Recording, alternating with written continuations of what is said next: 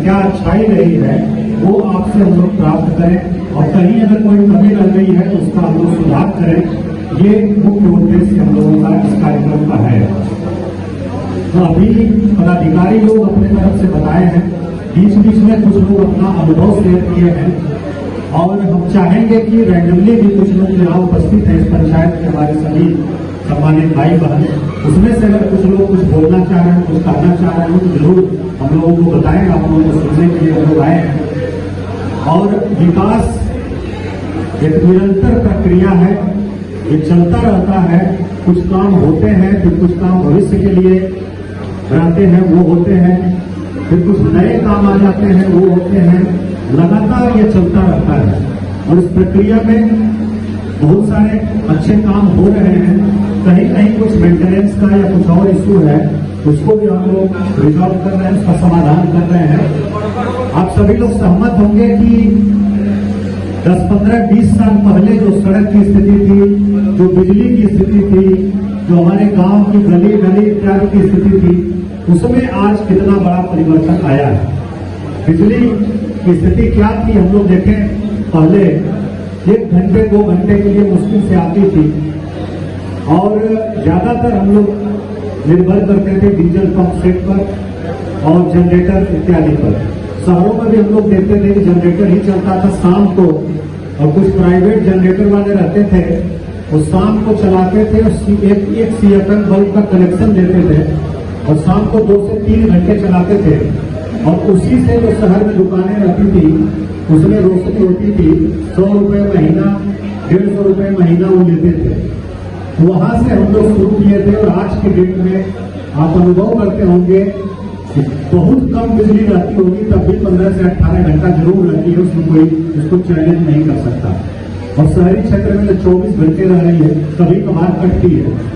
सड़कों की जो स्थिति थी आप सभी लोग बेहतर जानते होंगे, उसमें कितना परिवर्तन हुआ है और आज मेंटेनेंस नीति उसकी है, रखरखाव की नीति बनी हुई है कि कहीं सड़क खराब होती है तो उसको समय सीमा के अंदर उसका मरम्मती उसकी कर दी जाए।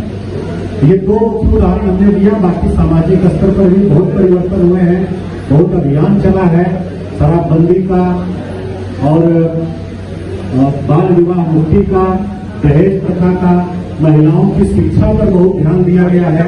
लड़कियों की शिक्षा के लिए विशेष व्यवस्था सब की गई, उनके लिए पोशाक, छात्रवृत्ति, साइकिल, इस प्रकार की व्यवस्था की गई, जिससे कि पहले जब परीक्षाएं होती थी हम लोग देखते थे उसमें लड़कियों की संख्या कम रहती थी और आज के डेट में जो हाई स्कूल और इंटरमीडिएट की 12वीं की परीक्षा होती है हम लोग देखते हैं कि लड़के लड़कियों की संख्या बराबर रहती है, कई बार तो लड़कियों की संख्या लड़कों से भी ज्यादा रहती है।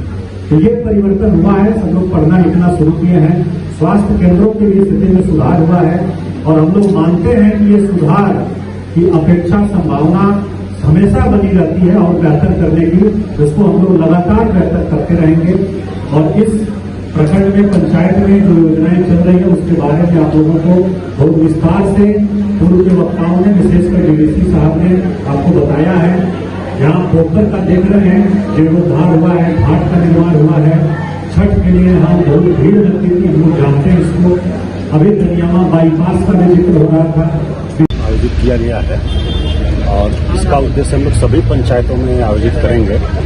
इसका मुख्य उद्देश्य है कि जो सरकार की विभिन्न योजनाएं चल रही हैं लगभग 50 प्रकार की, तो उनके बारे में जागरूकता फैलाना ताकि उनका लाभ अधिक से अधिक लोग उठा सकें। दूसरा ये कि जो कार्य हुए हैं विभिन्न पंचायतों में विभिन्न योजनाओं के तहत या जो सेवाएं दी जा रही हैं, कल्याणकारी कार्यक्रम है, पेंशन का और सभी चीजों का, उसको पूरी तरह से आच्छादन हुआ है कि नहीं, इसको हम लोग जानना चाह रहे हैं, लोगों से फीडबैक लेना चाह रहे हैं। कहीं कोई कमी है, सुधार की आवश्यकता है तो उसको हम लोग जो है करेंगे, उसका जो गैप है उसको पूरा करेंगे। मुख्य उद्देश्य यही है कि लोगों से मिल करके फीडबैक लेना और योजनाओं के बारे में अधिक से अधिक जागरूक करना लोगों को, ताकि उसका लाभ उठा सकें। आज हम लोगों ने पहला कार्यक्रम दनियामा प्रखंड दनियामा पंचायत में किया है। पूरे जिले में यह चलेगा क्रमशः और धीरे धीरे सभी पंचायतों में हम लोग जाएंगे। इसमें जिला स्तरीय पदाधिकारी और सभी प्रखंड और अनुमंडल स्तर के सभी पदाधिकारी उपस्थित रहते हैं। हमारे स्थानीय सभी माननीय जनप्रतिनिधि उपस्थित रहते हैं, आम लोग रहते हैं, सबसे संवाद हम लोग कर रहे हैं।